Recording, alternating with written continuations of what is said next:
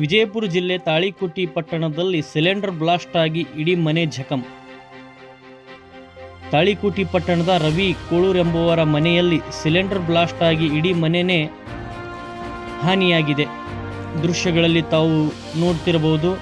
ಆದರೆ ಅದೃಷ್ಟ ಏನಪ್ಪ ಅಂದರೆ ಬ್ಲಾಸ್ಟ್ ಆಗುವ ಸಮಯದಲ್ಲಿ ಮನೆಯಲ್ಲಿ ಯಾರೂ ಇರಲಿಲ್ಲ. ಅದು ಬಹಳ ಅದೃಷ್ಟವಾಗಿದೆ. 7 ವರ್ಷಗಳ ಹಿಂದೆ ನಿರ್ಮಿಸಿದ ಮನೆ ಪೂರ್ತಿ ಹಾನಿಯಾಗಿದೆ. ತಾವು ದೃಶ್ಯಗಳಲ್ಲಿ ಕಾಣ್ತಾ ಇರಬಹುದು ಯಾವ ರೀತಿಯಾಗಿ ಒಂದು ಸಿಲಿಂಡರ್ ಬ್ಲಾಸ್ಟ್ ಆಗಿ ಮನೆ ಹಾನಿಯಾಗಿದೆ. ಅಗ್ನಿಶಾಮಕ ದಳದವರು ಬಂದು ಅಗ್ನಿಯನ್ನು ನಂದಿಸಿದ್ದಾರೆ. ಈ ಘಟನೆ ತಾಳಿಕೋಟಿ ಪಟ್ಟಣದಲ್ಲಿ ನಡೆದಿದೆ.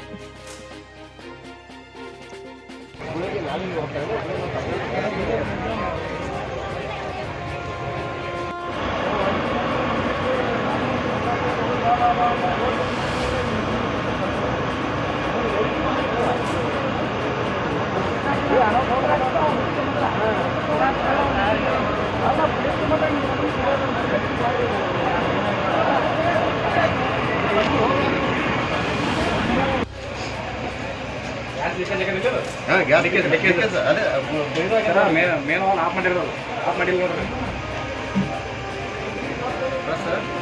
ನೋಡ್ರಿ ಪ್ರೆಸ್ ಬಂದ್ರೆ ಸ್ವಲ್ಪ ಹೇಳ್ಬಿಡ್ರಿ.